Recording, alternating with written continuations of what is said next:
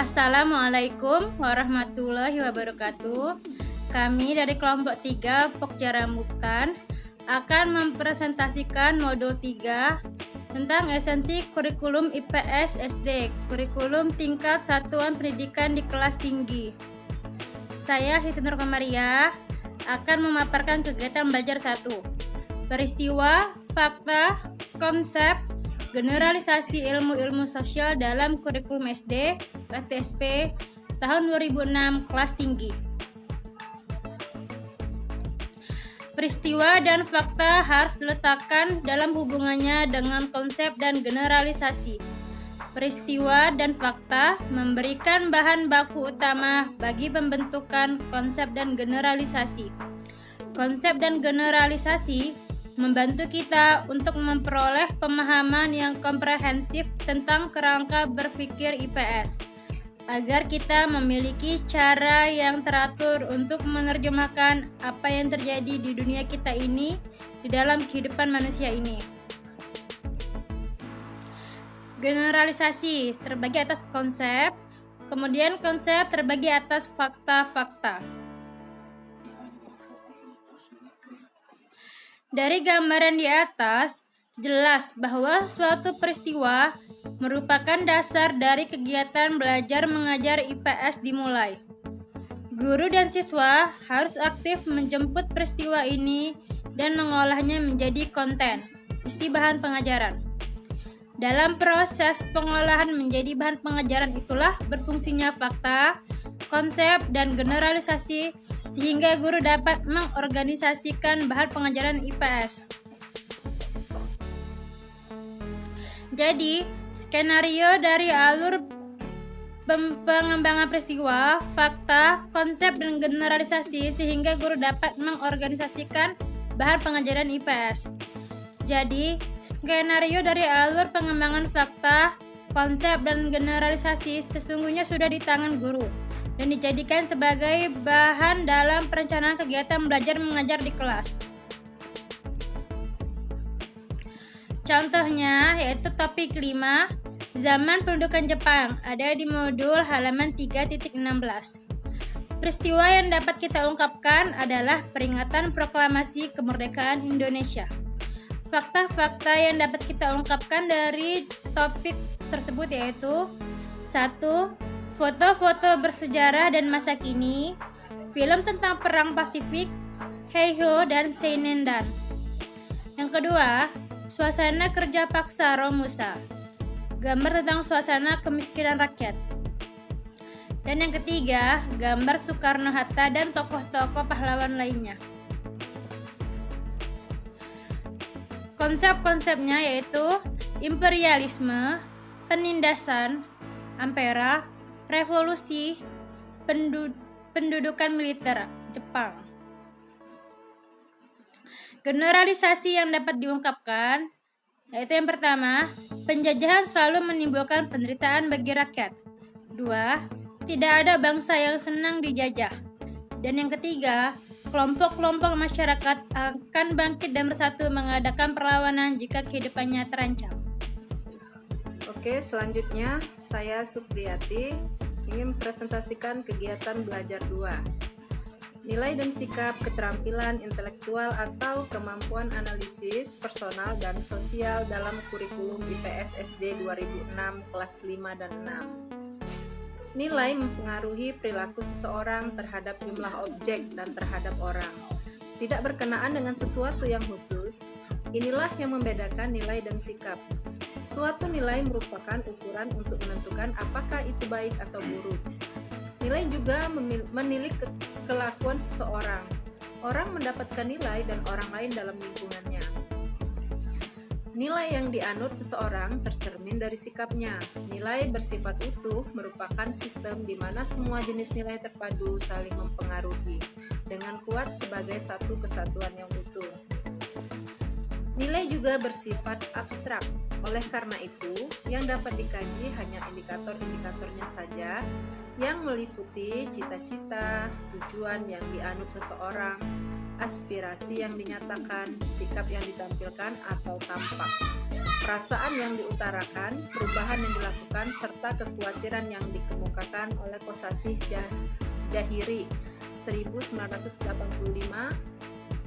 Nilai material yaitu segala sesuatu yang berguna bagi unsur jasmani manusia. Nilai vital yaitu segala sesuatu yang berguna bagi manusia untuk mengadakan kegiatan. Nilai kerohanian yaitu segala sesuatu yang berguna bagi rohani manusia.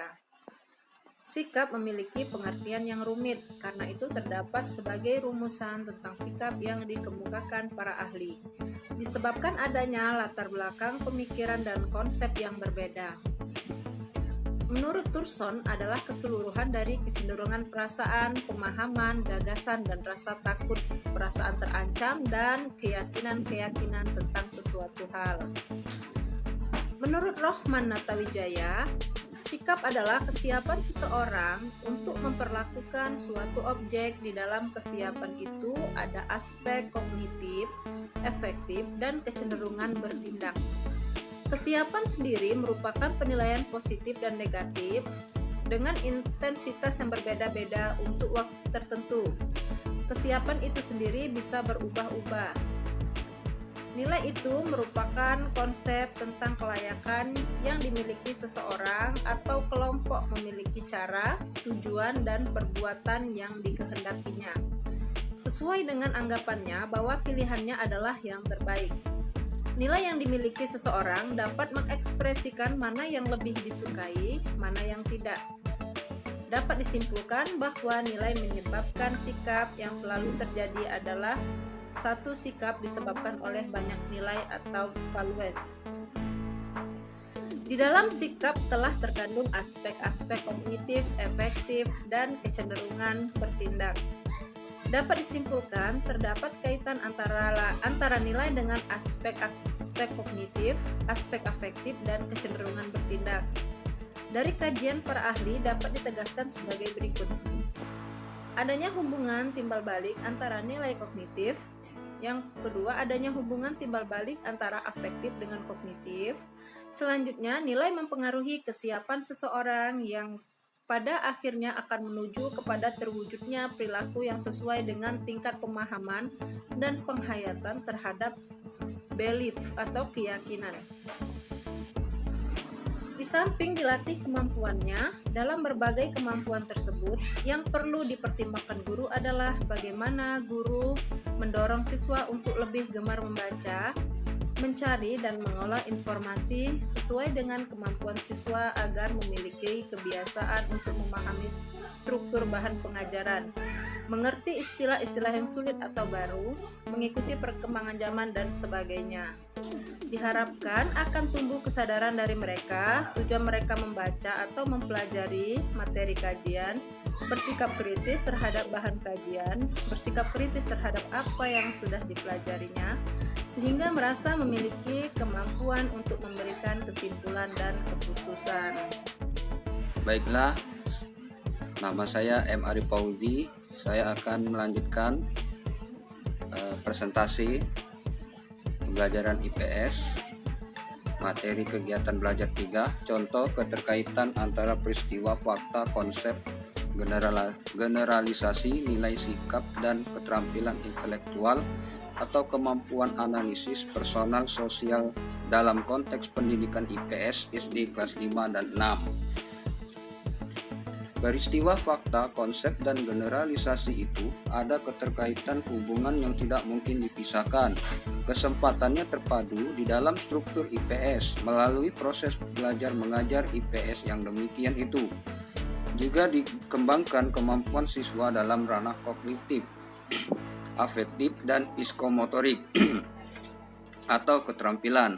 Dalam KBM secara jelas kemampuan guru sebagai pengembangan kurikulum di lapangan direalisasikan dan dapat diamati secara faktual.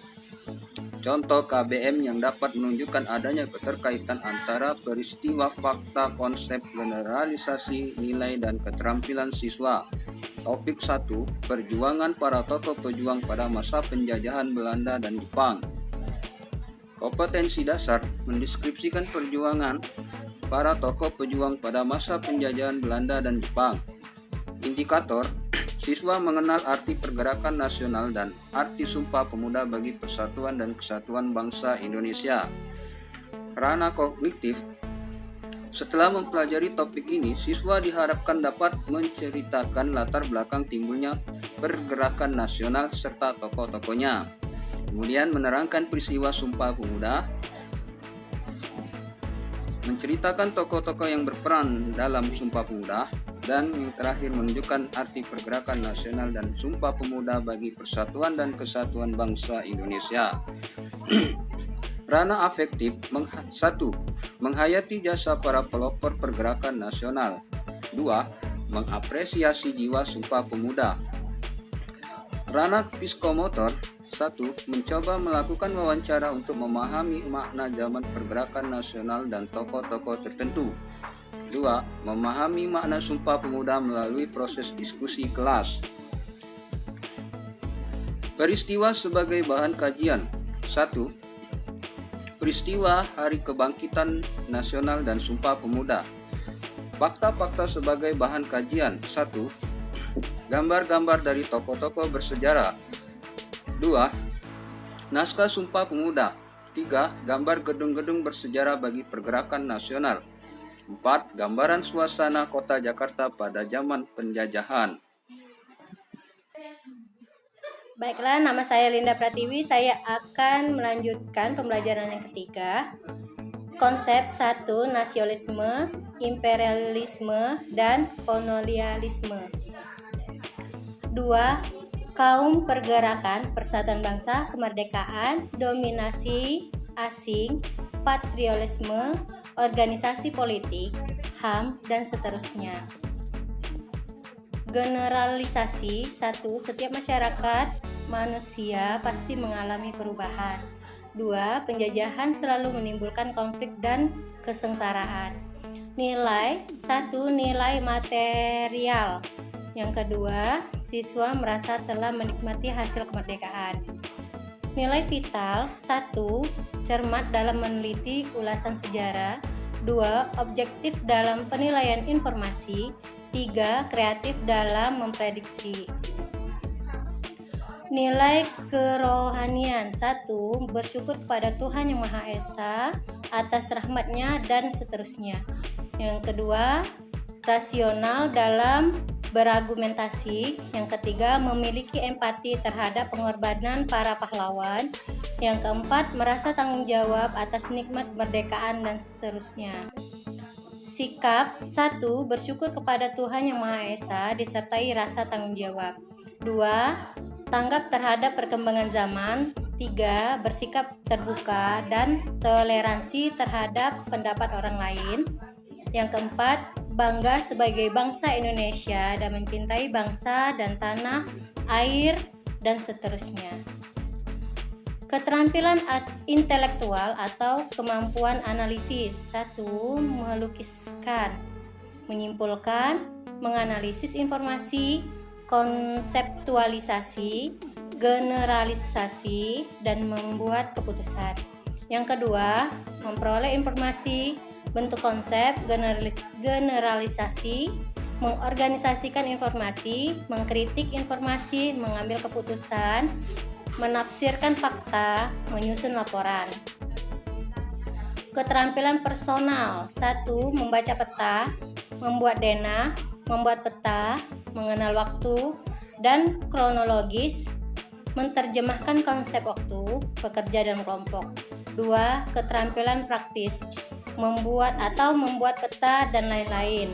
Belajar mandiri, memimpin dalam diskusi, mengendalikan emosi dan lain-lain. Keterampilan sosial, berkontribusi, memberikan gagasan, menjadi pendengar yang baik, mampu menjelaskan, mampu mengadakan wawancara, mampu berperan dengan baik, mampu bertanya dengan baik, dan lain-lain. Terima kasih atas perhatiannya. Wassalamualaikum warahmatullahi wabarakatuh.